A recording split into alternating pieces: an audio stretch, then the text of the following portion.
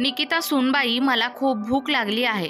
जेवण तयार असेल तर मला दे. नाश्ता झाल्यावर मला काही महत्त्वाच्या कामासाठी बाहेर जायचे आहे. त्यांचा मुलगा राजीव कार्यालयात गेल्यावर रमाकांतजी त्यांच्या खोलीतून बाहेर पडताना म्हणाले आणि ते खुर्चीवर बसू लागताच त्यांची सून निकिता तयार होऊन तिच्या खोलीतून बाहेर आली आणि म्हणाली, बाबा, आता माझ्याकडे वेळच नाहीये. मला माझ्या बहिणीसोबत खरेदीला जायचे आहे. ती माझी वाट पाहत असेल. एवढं बोलून निकिता बाहेर जाऊ लागली.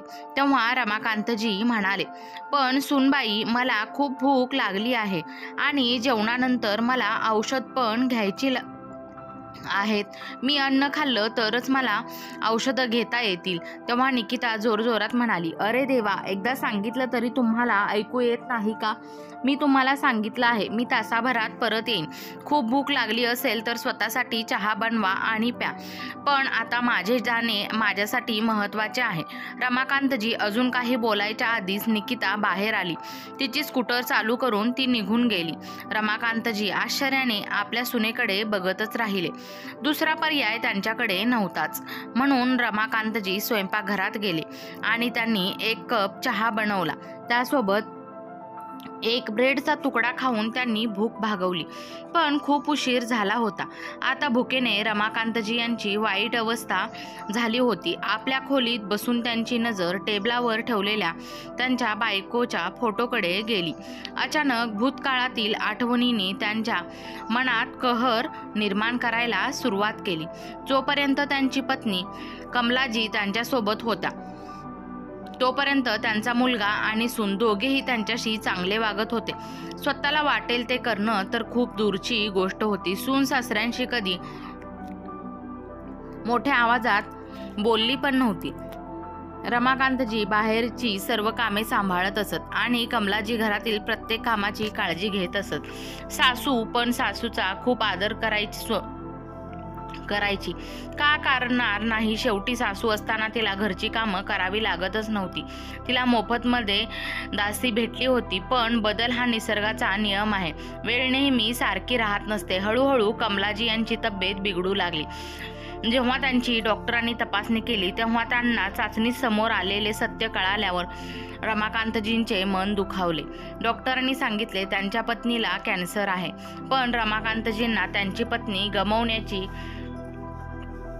भीती होतीच. उपचार महाग होते, परंतु त्यांनी खर्चाची पर्वा न करता कमलाजींचे उपचार सुरू केले. त्यानंतर सून तर सूनच असते, परंतु त्यांच्या मुलानेही त्यांच्या आईवडिलांशी साधं बोलणं पण बंद केलं होतं. पण रमाकांतजी आणि कमलाजी यांना त्यांच्या मुलाच्या आणि सुनेच्या या बदललेल्या वागण्याचे कारण समजलेच नाही. एक दिवशी रमाकांतजी त्यांचा मुलगा त्यांच्याजवळ आला आणि म्हणाला, बाबा, तुम्हाला माहिती आहे, आईचा आजार शेवटच्या टप्प्यावर आहे आणि जर आईला वाचवता येत नसेल तर एवढा पैसा खर्च करून काय फायदा. अशाने तर तुम्ही आम्हालाही कंगाल करत आहात. निदान माझ्या पत्नीचा आणि मुलाचा तरी विचार करा. आपल्या मुलाच्या तोंडून असे शब्द ऐकून रमाकांतजींचे हृदय हेलावले. ते खोल आवाजात म्हणाले, बेटा, मी कमावलेली बचत तुझ्या आईच्या उपचारासाठी वापरत आहे. तरी तुला यात काय अडचण आहे? आणि बेटा, जर हा पण विचार कर, ज्या आईबद्दल तू असं बोलत आहेस त्याच आईने तुला या जगात आणले. तिने तुझ्यासाठी काय काय केलं नाही. तेव्हा राजीव रागाने म्हणाला, हो, तुम्ही फार मोठे उपकार केले नाहीत माझ्यावर. आपल्या मुलांसाठी हे कोणीही करतच असतं. आपल्या मुलांचं इतकं बोलणं ऐकताच रमाकांतजींना जाणवले की आज आईचं प्रेम पैशापेक्षा कमी झालं आहे. पण तरीही त्यांनी हार मानली नाही. आपल्या पत्नीला वाचवण्यासाठी त्यांनी शेवटच्या श्वासापर्यंत सर्वतोपरी प्रयत्न केले. परंतु कदाचित निसर्गाच्या मनात काही वेगळंच असेल. सुमारे 6 महिन्याच्या उपचारानंतर कमलाजी आपल्या पतीचा कायमचा निरोप घेऊन या जगातून निघून गेल्या. पत्नी निघून जाताच रमाकांतजींना त्यांचा संसार उद्ध्वस्त झाल्यासारखे वाटले. अनेकदा निकिता त्यांच्याशी नेहमी मोठ्या आवाजात आणि उद्धटपणे बोलायची आणि ते तिला काही बोलले तरी तर त्यांना त्याचा मुलगा राजीवच्या रागाला सामोरे जावे लागायचे. या क्रूर जगात रमाकांतजी पूर्णपणे एकटे पडले होते. त्यांचा 12 वर्षाचा नातू कुमारला त्यांच्यासोबत वेळ घालवणे आणि बोलणे आवडत होते, तरी रमाकांतजींना त्यांच्यासोबत बसण्याची फारशी संधी मिळालीच नाही. कुमारला सकाळी शाळेत जायचे आणि संध्याकाळी ट्युशनचा अभ्यास करायचा आणि तो कधी आजोबांकडे थोडा वेळ बसायचा तेव्हा त्याची आई त्याला काही ना काही काम करायला सांगायचे. कोणत्या तरी बहाण्याने त्याला स्वतःजवळ बोलवून घेत असे. एके दिवशी रविवारी जेव्हा राजीव घरी असताना त्याच्या वडिलांकडे आला आणि म्हणाला, बाबा, आता आपण आपल्या गावात राहत तर नाही, त्यामुळे गावातील घराची स्वच्छता आणि सांभाळ पण होत नाही. पूर्वी कधी कधी तुम्ही तिकडे फिरायला जायचे, पण आता तुमची तब्येतही बरे नसते, त्यामुळे आपण गावातील घर का विकू नये? आपला मुलगा असं बोलताना ऐकून रमाकांतजी म्हणाले, नाही बेटा, गावातील घर ही आमची वडिलोपार्जित मालमत्ता आहे, जी मला अजिबात विकायची नाही. तेव्हा निकिता पटकन म्हणाली, तुम्हाला तर माहीतच आहे, राजीवने नुकताच नवीन व्यवसाय सुरू केला आहे, म्हणूनच त्यांना पैशाची नितांत गरज आहे. आणि तसेही काळ खूप वाईट आहे. असेही होऊ शकते की भाडेकरू आपल्या घरावर कब्जा घेतील. आपल्या मुलाचे आणि सुनेचे बोलणे ऐकून आता त्यांना त्यांचेही बोलणे बरोबर वाटू लागले होते. ते खरं बोलत आहेत. मानवी आयुष्याची काही शाश्वती नाही, त्यामुळे सर्व काम वेळेवर पूर्ण झाले तर बरे होईल. कालांतराने रमाकांतजींनी गावातील घर विकून टाकले. त्यातून जे काही पैसे मिळाले त्यातील 1/4 पैसे स्वतःजवळ ठेवून बाकीचे पैसे आपल्या मुलाला दिले. आता निकिता आणि राजीव खूप खुश होते. काही दिवसापासून निकिताने तिच्या सासऱ्यांना वेळेवर जेवण आणि चहा नाश्ता दिला, परंतु जसा जसा काळ आणि वेळ बदलू लागली तसा तसा तिचा दृष्टिकोनही बदलू लागला. जी सून काही दिवसापूर्वी तिच्या सासऱ्यांना अगदी पाणी सुद्धा हातात द्यायची, आता त्यांची 2 वेळची भाकरीही तिला जड वाटत होती. नेहमी सासऱ्यांना अडवण आणि जोरजोरात बोलणं हाच तिचा नित्यक्रम झाला होता. रमाकांतजींना वेदना होत होत्या, परंतु ते गुदमरून राहिले. ते आपले दुःख आणि समस्या कोणाशीही शेअर करू शकत नव्हते. आणि आज तर हद्दच पार झाली होती. नाश्त्याची वाट पाहत असताना दुपार झाली होती. दुपारी 2:30 वाजता निकिता घरी परतली, तेव्हा कुठेतरी रमाकांतजींना सकाळचा नाश्ता मिळाला. रात्रीचे जेवण करून ते आपल्या कामासाठी बाहेर पडले होते. तोपर्यंत त्यांचा मुलगा राजीवही घरी पोहोचला होता. घरी परतल्यावर ते म्हणाले, बेटा राजीव, मला माझे औषध घेण्यासाठी काही पैशांची गरज होती, म्हणून आज मी बँकेत गेलो होतो पैसे काढायला. परंतु बेटा, मला एका गोष्टीचे खूप आश्चर्य वाटले. जेव्हा मी बँक खाते तपासले तेव्हा त्या खात्यात फक्त 12,000 रुपये होते. ते कसे शक्य होईल? काही दिवसापूर्वी गावातील घर विकल्यानंतर मी माझ्या खात्यात 20 लाख रुपये जमा केले होते. मग ते सगळे पैसे कुठे गायब झाले? आता त्या खात्यातून आपल्या दोघांशिवाय कोणीही पैसे काढू शकत नाही. तूच शोध घे, हा काय प्रकरण आहे? कारण मी वारंवार बँकेत जाऊन हे काम करू शकत नाही. तेव्हा राजीव रागाने उसळत म्हणाला, बाबा, जेव्हा तुम्हाला माहीत असेल की आपले बँक खाते संयुक्त खाते आहे आणि मला व्यवसाय चालवण्यासाठी मला पैशांची गरज पडत असते, जर मी तुमचे पैसे काढले तरी काय मोठा डोंगर कोसळला तुमच्यावर? पैसे बँकेत केव्हापासून ठेवले होते आणि तरी तुम्हाला पैसे कशाला हवेत? मुलाचे बोलणे ऐकून रमाकांतजींना धक्काच बसला. आपले म्हणणे सांगून राजीव आपल्या खोलीत निघून गेला आणि रमाकांतजी आश्चर्यचकित नजरेने त्याच्याकडे बघत उभे राहिले. आज त्यांना स्वतःला फसवल्यासारखं वाटत होते. आज त्यांनी आयुष्यभर साठवलेले पैसे आता त्यांच्या हातून निघून गेले होते. काही दिवस असेच निघून गेले. तेव्हा एके दिवशी निकिता रमाकांतजींना म्हणाली, बाबा, स्वयंपाकघरात काही भांडी घासायला पडली आहेत, कृपया त्यांना धुवा, आज मला बरे वाटत नाही. असे म्हणत निकिता तिच्या खोलीत झोपायला निघून गेली. ठीक आहे सूनबाई. आपल्या सुनेला मदत करण्याच्या उद्देशाने रमाकांतजींनी सर्व भांडी व्यवस्थित साफ केली. बस मग काय, त्या दिवसापासून दररोज सकाळी किचनमधली सर्व घाणेरडी भांडी साफ करण्याची जबाबदारी रमाकांतजींना दिली गेली. कधी कधी कुमार त्याच्या आईला आजोबांसोबत असे वागू नको म्हणून तिचा निषेध करायचा. तो या गोष्टीचा निषेध करायचा, पण या उलट निकिता त्याला शिव्या द्यायची आणि अभ्यासात लक्ष घालायला सांगायची. शिव्या देऊन ती त्याला त्याच्या खोलीत पाठवायची. जसे जसे वय होत गेले तसं तसं रमाकांतजी यांना पाठदुखीचा त्रास सुरू झाला, परंतु तरीही ते कसं तरी काम करतच राहिले, कारण घरामध्ये शांतता राहावी म्हणून. परंतु निकिताला एवढं करून पण शांतता मिळाली नाही. हळूहळू तिने रमाकांतजीवर कामाचा ताण वाढवायला सुरुवात केली, परंतु एके दिवशी त्यांच्या कंबरेत एवढं प्रचंड दुखू लागलं की ते त्यांच्या सहनशक्तीच्या पलीकडे होतं. आता त्यांना उठणेही अवघड झाले होते. म्हणूनच त्यांनी घरकाम करायला सुनेला नकार दिला. असो, त्या दिवसापासून निकिताची चिडचिड होऊ लागली. आपल्या आजारी सासऱ्याची काळजी घेणे आणि त्यांच्या उपचारावर पैसे खर्च करणे हे तिला खूप मोठे ओझेच वाटू लागले. एके दिवशी तिने रमाकांतजींना वृद्धाश्रमात पाठवण्याचा निर्णय घेतला, परंतु रमाकांतजींना त्यांचे घर सोडून वृद्धाश्रमात जायचे नव्हते. दुसरीकडे कुमार पण त्याच्या आजोबाला आपल्यापासून दूर जाताना पाहून रडू लागला. तो त्यांच्याशिवाय जगू शकत नव्हता, परंतु तेच झाले जे निकिताला जे हवं होतं. आजोबा आणि नातवाने लाख वेळा विनवणी केली, परंतु इतकं होऊनही आपल्या असहाय्य आणि वृद्ध वडिलांना ओझं समजून मुलाने आणि सुनेने त्यांना वृद्धाश्रमात पाठवलेत. काळ आपल्या गतीने जाऊ लागला. आज रमाकांतजींना वृद्धाश्रमात जाऊन 13 वर्षे उलटून गेली होती आणि बरोबर 13 वर्षांनी कुमार त्याच वृद्धाश्रमासमोर उभा होता जिथे त्याचे आजोबा राहत होते. कुमार आज जाऊन त्याच्या आजोबांकडे पोहोचला. रमाकांतजींना त्यांचे उंच शरीर आणि चांगली शरीरयष्टी पाहून रमाकांतजी यांनी त्याला ओळखलेच नाही. आजोबा, तुम्ही कसे आहात? कुमार डोळ्यात अश्रू आणत त्यांच्या पायाला स्पर्श करत म्हणाला. नंतर रमाकांतजी थरथरत्या स्वरात म्हणाले, अरे बेटा, तू माझा कुमार आहेस ना? आणि हे बोलताच त्यांच्या वृद्ध डोळ्यातून प्रेमळ अश्रूंचा झरा फुटला. त्यांनी त्यांच्या नातवाला प्रेमाने मिठी मारली आणि थोडा वेळ अनियंत्रित अश्रूंचा धारा दोन्ही बाजूने वाहू लागल्या. काही वेळाने स्वतःवर नियंत्रण ठेवत कुमार म्हणाला, पुरे झाले आजोबा, आता रडणे बंद करा. प्लीज, तुम्ही रडू नका. आता तुमचे रडण्याचे दिवस संपले आहेत. आजच तुम्ही माझ्यासोबत आपल्या घरी येणार आहात.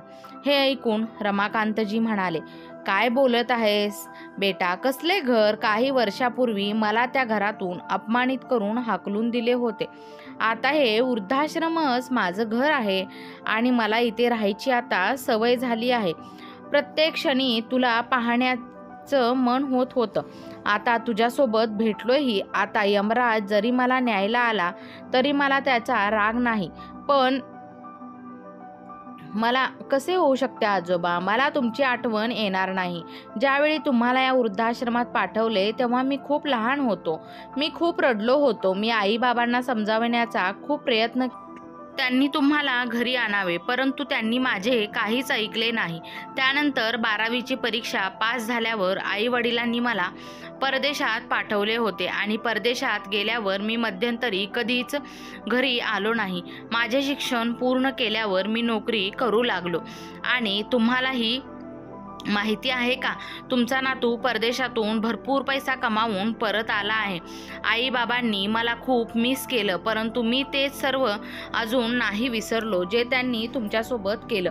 म्हणूनच मी त्यांना कधीच भेटायला आलो नाही. काही दिवसापूर्वी मी भारतात परतलो आहे, परंतु भारतात परतल्यानंतर मी तत्काळ तुम्हाला भेटायला येऊ शकलो नाही. बरीच कामे होती जी लवकरात लवकर पूर्ण करायची होती. खूप तयारी करायची होती, त्यामुळे मला तुम्हाला भेटायला उशीर झाला. पण आजोबा, मला तुम्हाला एकच गोष्ट सांगायची आहे. आता मी तुम्हाला कोणत्याही प्रकारचा त्रास होऊ देणार नाही. बोलता बोलता कुमारला दिसले की त्याचे आजोबा अश्रूंनी भरलेल्या डोळ्यांनी सतत त्याच्याकडे बघत आहेत. तेव्हा कुमारने त्यांच्या खांद्यावर हात ठेवून विचारले, अरे काय झालं आजोबा, तुम्ही कुठे हरवले? तेव्हा रमाकांतजी म्हणाले, मी फक्त विचार करत होतो, कोणास ठाऊक माझी तुला भेटण्याची शेवटची इच्छा कधी पूर्ण होईल की नाही. कदाचित इतरांप्रमाणे तूही मला विसरला तरी नसणार ना, परंतु जेव्हा स्वतःचा मुलगा आता आपला राहिला नाही तर ते कोणाकडे का तक्रार करतील? तेव्हा कुमार त्यांच्या आजोबांच्या गळ्यात हात घातला आणि म्हणाला, अहो आजोबा, वडीलधारी मंडळी म्हणतात ना, मुद्दलपेक्षा व्याज जास्त मौल्यवान आहे. परंतु जेवढं तुम्हाला तुमचं व्याज प्रिय आहे तेवढं मला पण मुद्दल आवडते. परंतु मी पण काय करणार, तुमच्यासमोर येण्या अगोदर मला माझ्या पायावर उभं राहणं खूप गरजेचं होतं. तेव्हा रमाकांतजी म्हणाले, बेटा, आतापर्यंत मी माझ्या नशिबाला दोष देत होतो. मला वाटायचे कदाचित माझ्या नशीबच खराब आहे, ज्यामुळे मला हा दिवस पाहावा लागला. परंतु आज तुला भेटल्यानंतर मला माझ्या नशिबाचा खूप अभिमान वाटतो की देवाने तर मला तुझ्यासारखा कर्तबगार नातू दिला. तेव्हा कुमार उठून उभा राहिला आणि त्यांचा हात धरून म्हणाला, मग वाट कसली पाहताय आजोबा, चला माझ्यासोबत. मी आत्ताच तुमचे सामान पॅक करतो, तुम्ही तयार व्हा. परंतु बेटा, माझा मुलगा आणि सून कसे आहेत हे मला चांगलं माहीत आहे. तो मला त्या घरात परत कधीच येऊ देणार नाही. आणि तसेही मी इथे खूप छान राहतोय आणि मला हे अजिबात नको आहे. त्या घरात पुन्हा माझ्यामुळे भांडणे सुरू व्हावीत. फक्त तू वेळ भेटेल तसे ये आणि मला भेटत जा, एवढ्यावरच मी समाधानी राहील. परंतु आता त्या घरी परत येणे मला शक्यच होणार नाही. नंतर कुमार त्यांच्याकडे तिरकस पाहत म्हणाला, ठीक आहे आजोबा, परंतु तुमची नात सून तुमच्या आशीर्वादापासून वंचितच राहील. काही हरकत नाही, मी आता निघतोय. हे ऐकून रमाकांतजी लहान मुलासारखे हसायला लागले. काय काय म्हणालास, माझी नात सून? कुमार, तुझं लग्न झालं का? हे सांगताना रमाकांतजींचे डोळे चमकले. अहो आजोबा, तुमच्याशिवाय मी लग्न कसं काय करू शकतो? लग्नाची सर्व तयारी पूर्ण झाली आहे. आता तुम्ही माझ्यासोबत नाही आले तर मी या लग्नाच्या बंधनात अडकणार नाही. नाही बेटा, तू काय बोलतोयस? माझ्या लाडक्या नातवाचे लग्न आहे आणि मी नाही लग्नाला येणार. असे होऊ शकत नाही. मी खूप दिवसांनी याच दिवसाची वाट पाहत होतो. परंतु बेटा, मुलगी कोण आहे आणि ती कुठली आहे? रमाकांतजींनी कुतूहलाने विचारले. तेव्हा कुमार म्हणाला, आजोबा, सोनल दिल्ली शहरातील आहे. ती माझ्यासोबतच परदेशात काम करायची. तिथेच मी तिला भेटलो आणि हळूहळू आम्ही चांगले मित्र झालो. तुम्हाला माहिती आहे का आजोबा, परदेशात असताना जेव्हाही मला तुमची आठवण यायची तेव्हा मी अनेकदा वृद्धाश्रमात जायचो. नंतर माझ्यासोबत सोनल ही तिथे येऊ लागली. तिच्या वागण्या बोलण्याने मी खूप प्रभावित झालो होतो. आजच्या युगातील असूनही तिला जुन्या लोकांसोबत बसणे, त्यांचे सुखदुःख जाणून घ्यायला खूप आवडते. आणि नंतर एक दिवस आला जेव्हा आम्ही दोघांनी एकमेकांना जीवनसाथी बनवण्याचा निर्णय घेतला. तेव्हा रमाकांतजी त्यांचा नातू कुमारसाठी खूप आनंदी होते. नंतर कुमार म्हणाला, आजोबा, आता तुम्ही अजिबात उशीर करू नका. तुम्ही घरी जाण्यासाठी आता सज्ज व्हा. परंतु बेटा, तुला आश्रमाच्या संचालकाशीही बोलावे लागेल. अहो आजोबा, मी अगोदरच त्या लोकांशी बोललो आहे आणि सर्व औपचारिकताही पूर्ण केल्या आहेत. तुम्ही निघायची तयारी करा. थोड्याच वेळात कुमार आजोबांना त्यांच्या गाडीत बसवून घरी घेऊन आला. घराबाहेर गाडी थांबताच रमाकांतजींनी घराकडे पाहिले तेव्हा त्यांचे डोळे पुन्हा चमकले. आपल्या कष्टाच्या पैशातून त्यांनी हे घर बांधले होते आणि ते आजही त्यांच्याच नावावर होते. पण तरीही या घरात त्यांना जागा नव्हती. अपमानित केल्यानंतर त्यांच्या मुलाने व सुनेने त्यांना वृद्धाश्रमात पाठवले. त्यांनी खूप विनवणी केली होती.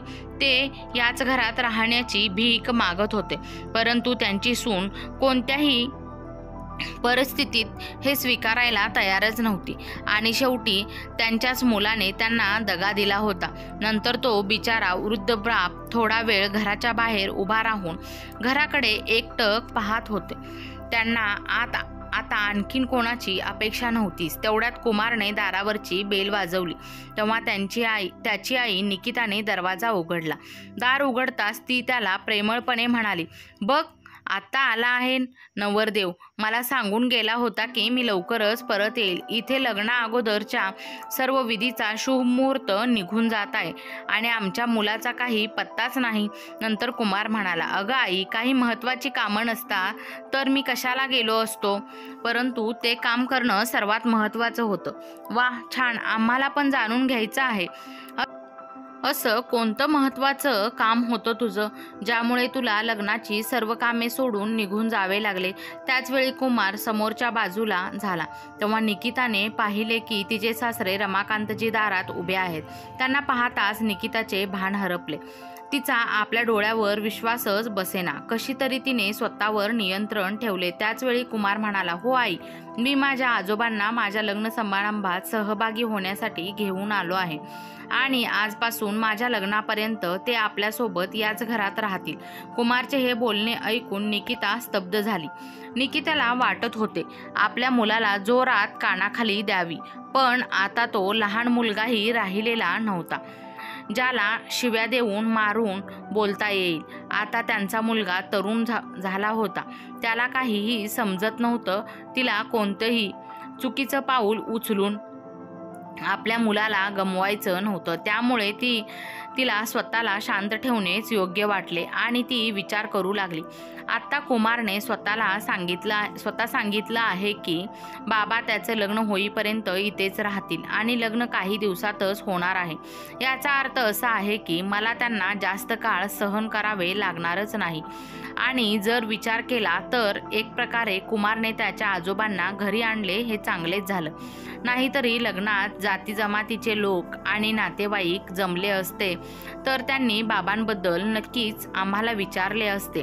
मी सर्वांना सांगितलं होतं की तो गावातच राहतात आणि आता ते कुमारच्या लग्नाला आले नसते तर आमची किती बदनामी झाली असती. त्यात माझी भावी सून सोनलच्या आई वडिलांनाही माहिती आहे की कुमारला आजोबा आहेत. ते लोकही त्यांना भेटायला नक्कीच उत्सुक असणार. आता बाबांच्या आगमनाने सर्वांचे बोलणे बंद होईल आणि माझ्यावर सुद्धा फार काळ ओझे राहणार नाही. लग्नानंतर ते त्यांच्या वृद्धाश्रमात आणि आम्ही आमच्या घरी असा विचार करत निकिताच्या चेहऱ्यावर एक दुष्ट हास्य उमटले. दुसऱ्या दिवशी कुमार आजोबांना घेऊन बाजारात गेला आणि त्यांच्यासाठी चांगली कपडे त्याने खरेदी केलं. शॉपिंग करून कुमार त्यांना एका छान रेस्टॉरंटमध्ये घेऊन गेला जिथे त्याने आजोबांच्या आवडत्या जेवणाची ऑर्डर दिली. आज पहिल्यांदाच रमाकांतजींना त्यांच्या नातवासोबत चांगला वेळ घालवता आला. कुमारशी बोलत असताना त्यांना त्यांच्या मित्राशी बोलत असल्याचा भास झाला. शेवटी ती तारीख आली ज्या दिवशी कुमारचे लग्न होणार होते. लग्नासाठी खूप मोठा हॉटेल बुक केलं होतं. आज निकिताचे पाय जमिनीलाही लागत नव्हते. ती तिच्या मुलाच्या लग्नाबद्दल खूप उत्सुक होती. लग्नानंतर आपला मुलगा आणि सून परदेशात परत जाणार नाहीत याचा तिला सर्वाधिक उत्साह होता. त्यापेक्षा परदेशातील नोकरी सोडून भारतात काम करतील आणि त्यांच्यासोबत राहतील. तिच्या मनात स्वप्न होतं की आपला मुलगा आणि सून एकत्र राहिल्यास आयुष्य खूप आनंदी होईल आणि उद्या नातवंडे झाली तर संपूर्ण घर आनंदाने भरून जाईल. आमचे म्हातारपणही खूप मजेत जाईल. पण मित्रांनो, एक म्हण आहे, फार झाड पेरले बाबळीचं तर त्या झाडाला आंबे कुठून येणार. आपल्या भविष्याची सोनेरी स्वप्ने जपताना निकिता कदाचित हे विसरली असावी. काही वेळाने कुमार तयार झाला आणि निकिता त्याची दृष्ट काढत होती आणि दुसरीकडे रमाकांतजींनी आपल्या नातवाला वराच्या रूपात पाहिल्यावर त्यांचे डोळे आनंदाश्रूंनी भरून आले. खूप दिवसापासून ते याच दिवसाची वाट पाहत होते. लग्नाचे सर्व विधी मोठ्या थाटामाटात पार पडले.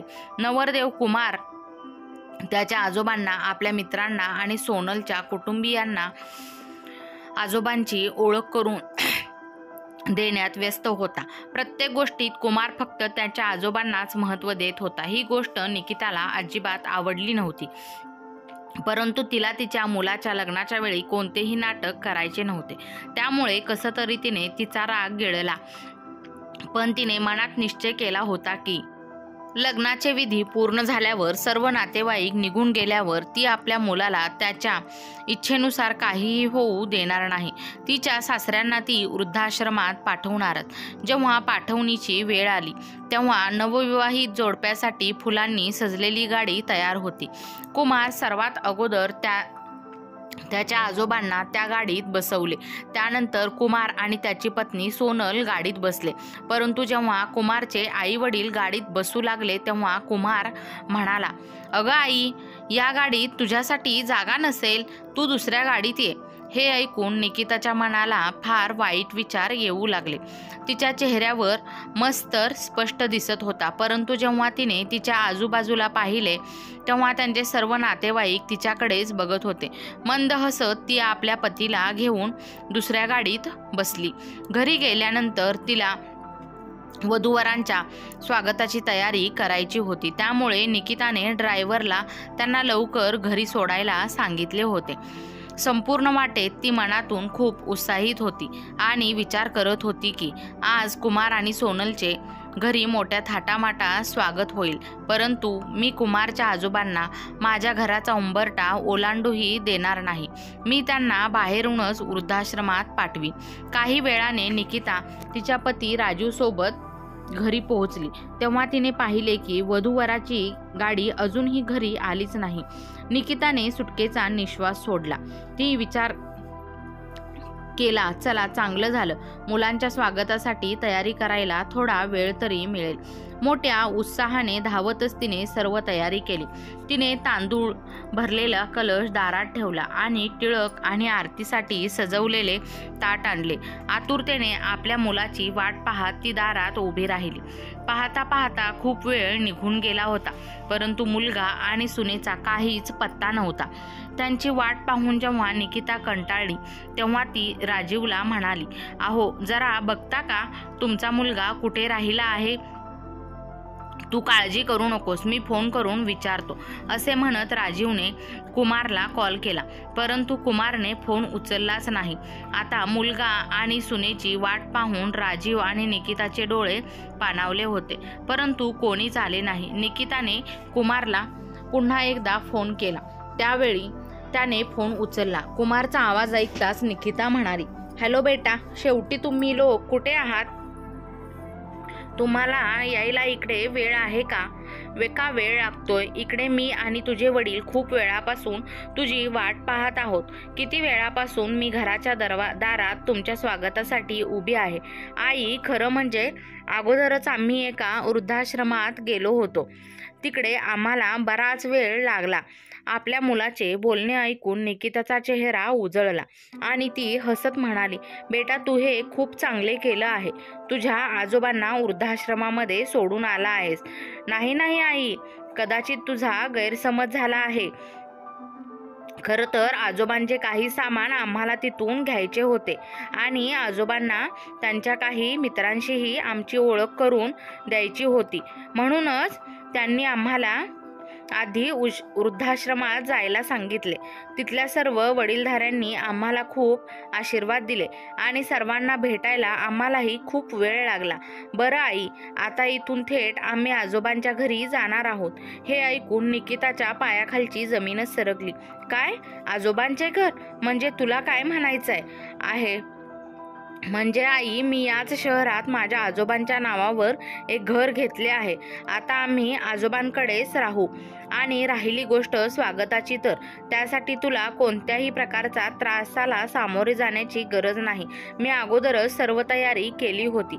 आता फक्त आजोबांचं नवीन सुनेचं स्वागत करतील, तेही त्यांच्या स्वतःच्या घरी." हे ऐकून निकिताला चक्कर आल्यासारखे आणि बेशुद्ध पडल्यासारखे वाटले. फोन स्पीकरवरच होता, म्हणूनच राजीव जवळच उभा होता. सर्व ऐकत होता. "तू हे काय म्हणतोयस बेटा?" राजीवने रडलेल्या आवाजात हे विचारताच कुमार म्हणाला, "पप्पा, तुम्ही काळजी करू नका. मी तुम्हाला माझा पत्ता पाठवेल. जेव्हा तुम्हाला आम्हाला भेटायचे असेल तेव्हा तुम्ही इथे येऊ शकता." त्यानंतर कुमारने फोन कट केला आणि व्हॉट्सॲपवर पत्ता पाठवला. 15 मिनिटात निकिता आणि राजीव एका सुंदर आणि आलिशान घराबाहेर उभे होते. घराच्या मुख्य गेटवरच एक अतिशय सुंदर नावाची पाटी होती, ज्यावर मोठ्या सोनेरी अक्षरात लिहिले होते, रमाकांत वर्मा. हे सर्व बघून निकिताला पूर्णपणे जळून खाक झाल्यासारखे वाटत होते. राजीवचा चेहरा रागाने लाल झाला होता. तेव्हा फुलांनी सजवलेल्या गाडीतून उतरत कुमार आजोबांचा हात धरून त्यांना घराकडे घेऊन जाऊ लागला. तेव्हा निकिता चिडलेल्या स्वरात म्हणाली, हे काय गैरवर्तन आहे कुमार? तू तुझं घर सोडून तू कोणाच्या घरी जात आहेस? आई, तू नीट वाचलं नसेल. हे माझ्या आजोबांचे घर आहे. घराबाहेरही त्यांचंच नाव लिहिलंय. तरीही तुम्ही मला हा प्रश्न का विचारताय?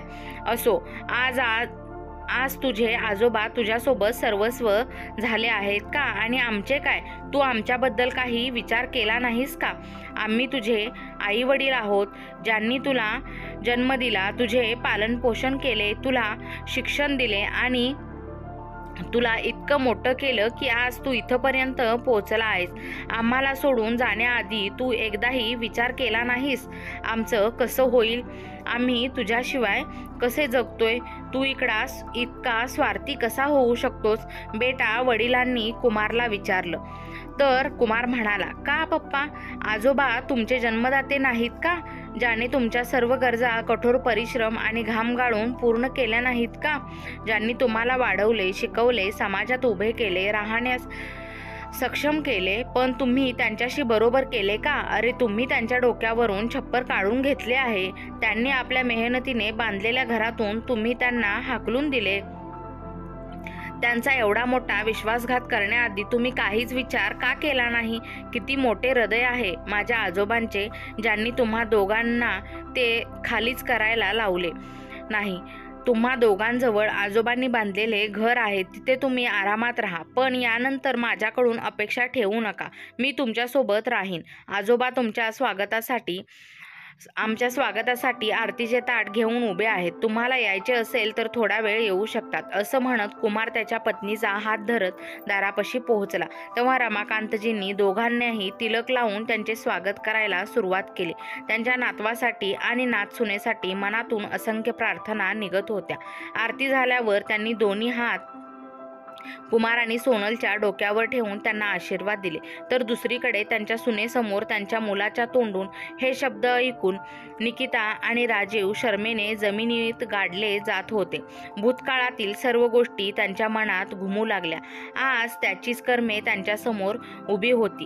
त्यांच्या डोळ्यातून अश्रूंच्या धारा वाहत होत्या आणि आज कुमारने त्याच्या आजोबांच्या अश्रूंच्या प्रत्येक थेंबाचा बदला घेतला होता.